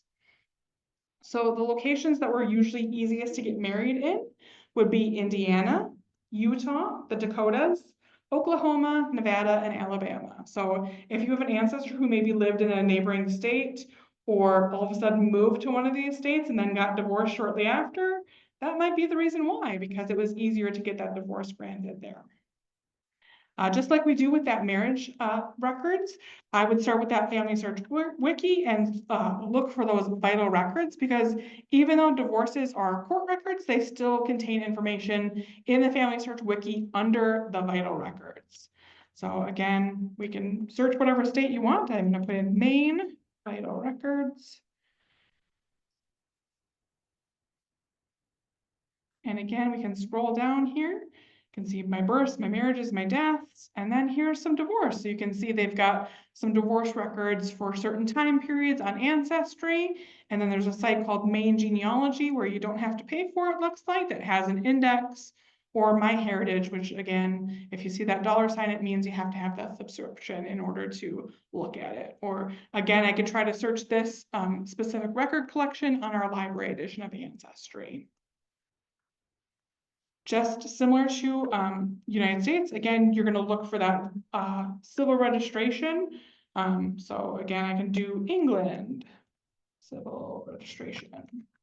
And it's also going to list divorce information in here. So I can again scroll down here. I can see this one is included with the marriages and divorces, but you can see an index to divorces, for example, for England and Wales divorces. So again, you can see kind of what resources they might have and scroll through, learn a little bit more, see what offices you can contact with more information, get some background information, all this kind of great stuff that you can find in here. So again, kind of skim throughout this whole thing and read it depending on what location you're looking for and what information you need. But that's always my go-to place to start, is that family search wiki. It is rarer to find divorce records online at this point, even though lots of genealogy stuff is online. That's kind of one of the record sets that's not completely online or not a ton online at this point. So you will need to do some digging in person or request research to find those records offline, but they're very worth it because you get a little bit more of the story. Again, like I mentioned earlier, you might find an index online, but you always want to be sure to get that full record for additional information. Again, to find what is available online, check those major genealogy websites like we've already looked at, or start with that family search wiki for some of those links. Cindy's list that we looked at earlier also had that marriages and divorce section where they'd have specific divorce links as well. The offline records might be housed at a variety of different places. It might be the same office as the vital records. It might be with the court records. It might be at an archives. So again, kind of start with that family search wiki to figure out the right spot depending on that location. One location might have certain years, whereas another location might have different years. So for example, in Wisconsin, I know that certain years of divorces are covered at our area research centers, which are kind of scattered throughout the states at the different four-year UW colleges. That kind of, those colleges in that location kind of have the surrounding counties included there. So for example, Calumet County, they have records at UW Green Bay's Area Research Center for divorces, oh my gosh, I can't say that word today, from 1952 to 1976. But then additional records that are outside of that time period are still at the local level because they don't consider those historic yet. And just a quick, just to give you more information or like a quick little overview, this is what the area research centers look like. So every time you see the star, that represents that UW college. And then you can see all the different counties. So this is UW Green Bay, for example. This is UW Oshkosh, and you can see what counties are represented in that. And there is a link to this map in your handout. And then this will also get you to the actual websites of all of these area research centers. So you can see, oh, if I want to search at UW La Crosse or UW Oshkosh, I would click on that and be brought into their website to see what additional records they would have. Because they have a lot more than divorce records and vital records for these locations. So if you do have Wisconsin ancestors, definitely check that out because they've got court records, they've got naturalization records. Again, whatever they have varies depending on the specific location. So researching divorce records, you need at least the name of one of the people involved, a location where the divorce happened, an approximate time period. Again, just like marriage records, the more specific in your details, the easier it's going to be for you to search. So if you have a specific time period or at least a range of dates and a location of where they got divorced, you hopefully can find that divorce record or find an index to it online. So just like those marriage records, they might have online indexes that can help you locate that divorce record exists just by doing that simple name search and seeing what comes up. You might also indicate it in a roundabout way by finding a notice in the newspaper that they got divorced. So here's an example of the divorce record that we looked at just a second ago. And I wanted to point out again, you know, there's that docket number and I can see, hey, it's in the circuit court at the Lewani County in Michigan. So now I know that's who I need to follow up with. And I have that docket number, so hopefully it would be really easy for me to locate that record to get additional details that aren't included in this record. So of course, there's going to be a lot more involved than just this little snapshot. So also, of course, be sure to check if there's a second page. So there is the first page of this that I found on Ancestry. And then if I go on to the second page, now I can see actually names and ages of the two minor children that this couple still had at the time that they divorced. You also might see just an index. So here's an example of one that I found on Ancestry for one of my great aunts who was married about 100 times and divorced about 100 times. So it was really fun to try to find them all. But this just shows you a snapshot of what her name was, that she was the plaintiff, when they got divorced, where they got divorced, who the spouse was, and then I can see, oh, there's a certificate number and a county file number. And then, you know, I can use that information to find more offline if I wanted to.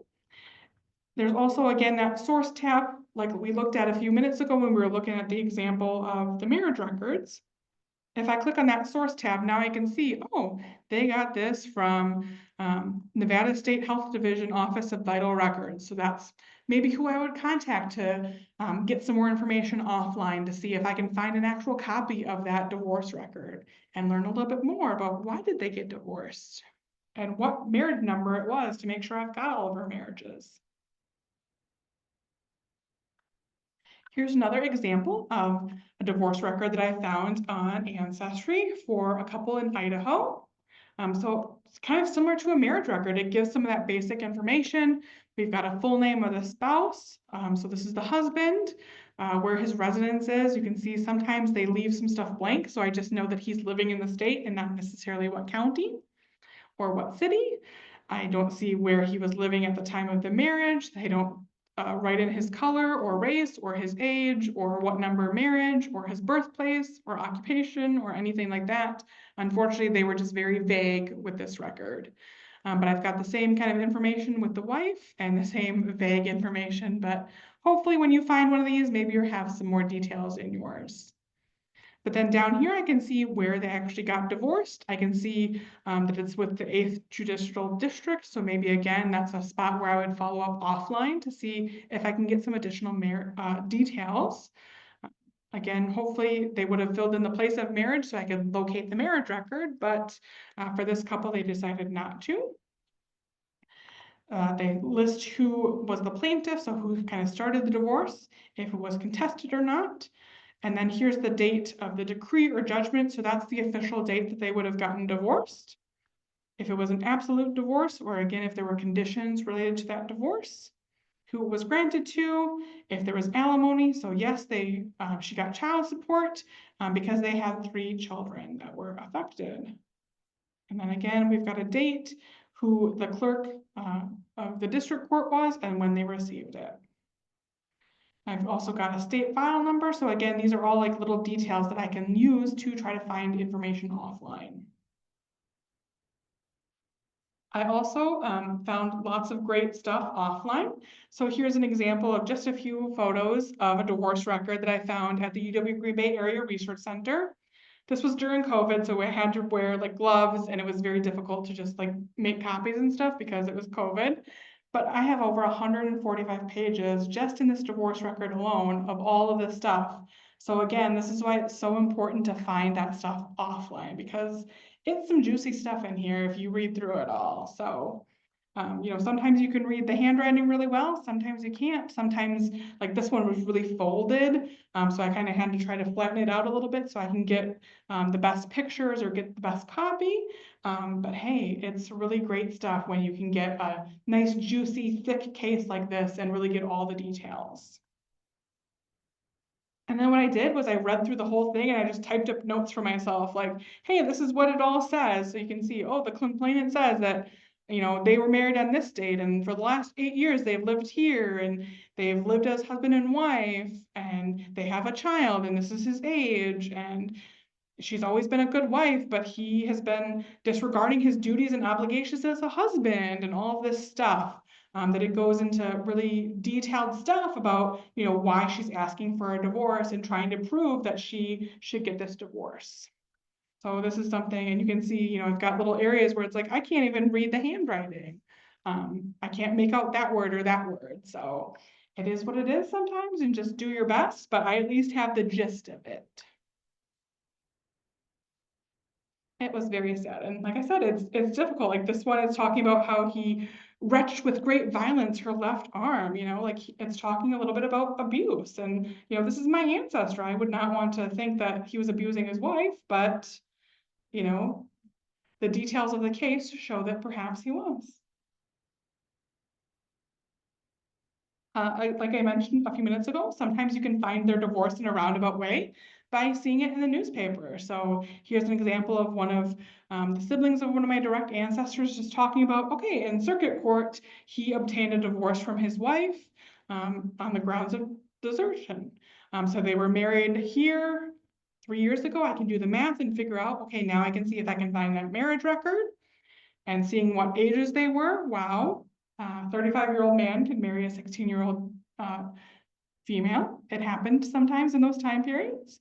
And it says, oh, she refused to live with him after just 3 months, that, she regretted that marriage, I guess. But now I can see, I can even get her maiden name is listed right in this. So you can see kind of what levels of details sometimes you can get just in the newspaper alone. And I found this right on newspapers.com. Sometimes you just get a small little snippet. So like this one says, the wife's name, Janet, was granted a divorce from Judson on the grounds of cruel and inhumane treatment. So it doesn't tell me, okay, is it the circuit court? What court is it? I at least, have a location. It's in Appleton, so I know I need to follow up with the Outagamie County courts and see. I've got a time period depending on, the location or, the date of the newspaper. So now I can kind of see if I can find that divorce. Yeah, yeah. So this person opened a saloon. You just never know what little details are going to be in the newspaper. Or you can learn all about German warm lozenges that are 25 cents a box. So yeah, sounds like a great deal in 1893.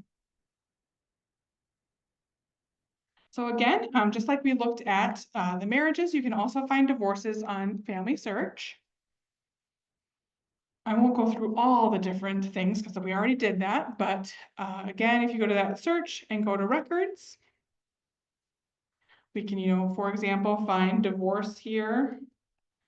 And I can see all the different divorce indexes that they might have or divorce records that they might have. So here is a Florida one, for example. Again, they've got that how to use this collection thing. So again, if it's your first time using that collection, recommend just skimming through that or reading through that quickly. Or, just going over here and typing in that name of that person that you're looking for. So sometimes, again, it's just an index. So I don't see any little cameras. That means there's no actual images. But this kind of gives me a little snapshot of it. And I can click on this little paper with the lines on it and see if there's any additional details. So I can see a date, I can see a location. They've got a certificate and volume number, which should give me the details that I need in order to find this record offline, for example. And usually over here, you can sometimes see, sometimes it'll give you information of where this originally came from, or I might need to go to that how to use this collection part to see where did this data originally come from. So I might skim through this and see, where else I might find information or where I can get this offline.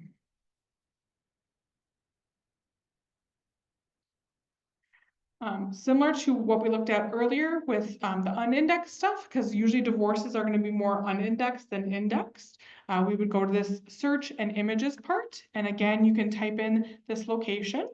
So I can do like Michigan, for example. If I could spell Michigan right.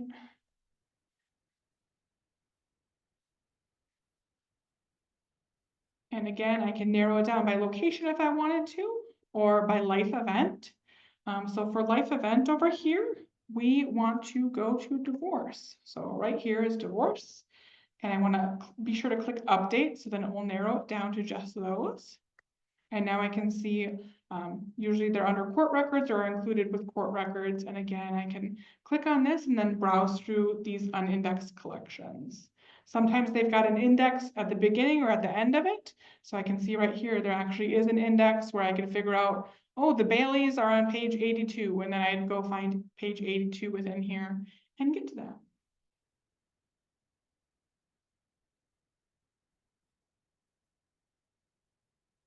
Again, we've also got those divorces on Ancestry Library Edition or on the paid version of Ancestry. So again, we're going to go through the e-library on apl.org. We're going to click on Ancestry Library Edition. And then again, you can search and go to that birth, marriage, and death because Ancestry includes the marriages and divorces under a specific category here. So then from here, I can search right in there. So I can do that Collins couple that we looked at earlier. They were in Idaho.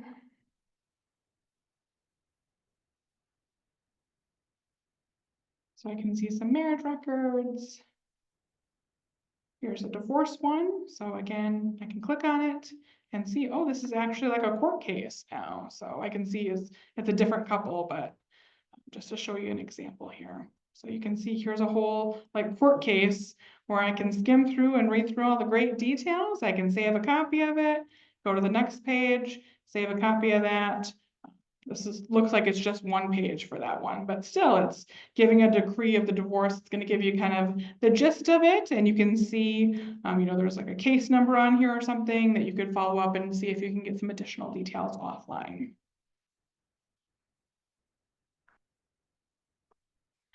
Similar to how we did earlier, if you go down to that home screen and go down to this section down here, they've got that quick links part where again, you can do the birth, marriage, and death records.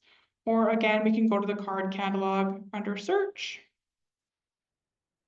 And under that keywords, you can put in divorce. So now you can see all the various divorce records that they might have in here. And again, you can narrow it down by location or time period over here, whatever you'd like to do. And again, once you find a collection you want to search in, you can click on it and search within it right there. Or again, there's that source information down here or about that collection down here, where you might want to skim through that or read through it quick before you do your search to see if it gives you some additional information about that specific collection. There's also a great site called the Ancestor Hunt. This is another free site that's included in your handout. It's just theancestorhunt.com. Similar to Cindy's list, they kind of have some ads that might pop up that you might need to click out of. But if you go over here to resources, you can see they have a lot of stuff. So newspapers, obituaries, yearbooks, all kinds of great stuff. They've also got divorce records. They've got marriage records too. So marriages are down here. So again, you can kind of click on these and scroll through. Again, you might need to click out of that ad. But you can scroll down and see some more information about divorces. And then it's going to give me a whole statewide listing for all of these. So for example, I could click on Iowa and then see all these Iowa resources once I scroll down. So I can see all these different county divorce records that, again, maybe there's some indexes online or some other, resources that might lead me to finding that location and finding that divorce and when it happened. So again, these are all different links. Sometimes it leads you to, just a specific random website. Sometimes it leads you to Ancestry or to Family Search. So this is just another way to find more resources for you, depending on the location. Typically in a divorce record, there's a lot of variations. So remember, each jurisdiction, each time period is different. Divorce records are going to have a variety of what details are included. And again, you might find additional details offline, but usually at the bare minimum, you're going to get the name of both the parties involved, that divorce date, possibly their marriage date, possibly the state and the county where they were married. Oh, I spelled married wrong, sorry. And then the cause or the ground of the divorce, possibly. If you can't find that divorce record, were they actually legally divorced? Because maybe they weren't. Did the divorce actually happen when you thought it did and not years later? So for example, I have my second great-grandparents. I was always told they got divorced when my great-grandpa was like 6 years old. They actually didn't get divorced until he was like 12 or 13, right before he married his second wife. So even though they were separated for a long period of time, they didn't get divorced for several years afterwards. So, maybe that's the case as well. Did the divorce happen in a different state or a different county because of the divorce laws at the time? So like we talked about, there's certain states where it was easier to get divorced. So maybe they traveled to get that divorce. Look at those subsequent marriage records, especially if they got remarried. Does it even indicate that they got divorced? Sometimes people lied, unfortunately. Maybe they didn't legally get divorced, but still remarried. Some states even stipulated in their divorce that they couldn't remarry within a certain amount of time after they got divorced, but people disobeyed this, including my ancestors. So, they were told you can't remarry within 6 months or a year, and then you find a marriage record 2 months later after their divorce. It happens, and I guess they didn't enforce those all the time. Maybe you can find a mention of the divorce in the newspaper, like we saw in examples earlier. Maybe the census, does it list that they are divorced? Maybe some land records, especially if the couple owned land jointly, and then one party all of a sudden gets off that deed. Maybe that indicates that they were separated or they divorced. So that's what I've got for you. Our next session, again, is going to be April 22nd at 1 o'clock Central. We're going to talk all about cemetery research and some of the various records you can learn about where your ancestors' burial places are. In the meantime, we have our Find Your Ancestors session, again on Saturday, April 12th at 2 p.m. Central. 120 plus tips and sources for finding ancestral photos online and offline with Catherine R. Wilson. So I hope you'll join us for both. Again, they're both hybrid. You can join us in person in the library or on Zoom, and we are recording both of them. So I will take any final questions you guys might have. Virtual folks, any questions here? Can you repeat the states where divorces were more easily granted? You betcha. Let's see.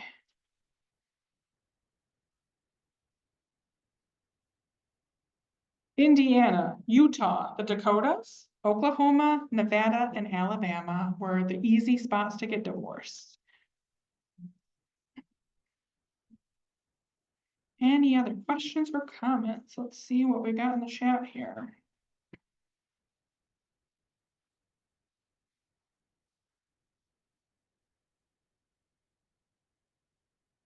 Someone says, my great-great-grandparents never returned the marriage return certificate, so state only had the license, so I had to go to the church to get a marriage certificate. So yeah, be aware, sometimes that happens. Someone says, if you don't have any examples of how to search a marriage record from Madison Historical Society, that would be helpful. I sometimes have difficulty getting the record I need from them. So what Madison Historical Society? Are you talking about Wisconsin? Or are you talking about, there's various Madisons. So let me know, Linda, and I can see if I can help you. Very helpful. UW-Madison is great. The Wisconsin Historical Society is awesome. Someone said, if you got married at a rectory in the church or eloped, would they have a marriage ban in the newspaper in the early 1900s? Were the bans published? Where is the license found published? So all the resources I found were online, but it's going to depend on the time period, depend on the location. And again, kind of the bans and bonds were more the mid-Atlantic states, the southern states, and sometimes international countries. So it wasn't always required depending on where they got married. Yes. What was the name of the German repository for marriage records? Archeon. It's Archion. Archeon. Thanks, Bev. Bev did put it in the chat. Someone says, trying to babysit and listen. That's got to be tough. But yes, watch the recording. What does Ancestry.com international subscription offer over and above what I can find on Family Search? So both are completely different sites. I personally do not have the international subscription of Ancestry because I refuse to pay for it. You can access some of those international records in our library edition. And then Family Search, they have lots of international records completely for free. So feel free to explore what you can for free. And then if you can't, and you do know that the Ancestry World Edition does have international records that you want to look at, then you're going to have to bite the bullet and hopefully sign up at a time when they have 50% off or 30% off. And then Jermaine shared the Archeon website that's mostly Protestant, and then Matricula is the other German one that's mostly Catholic. So yes. Archeon you do have to pay for, and it is in euros. So there is a little conversion of that, but Matricula is completely free. Yes, Matricula, that's the Catholic ones.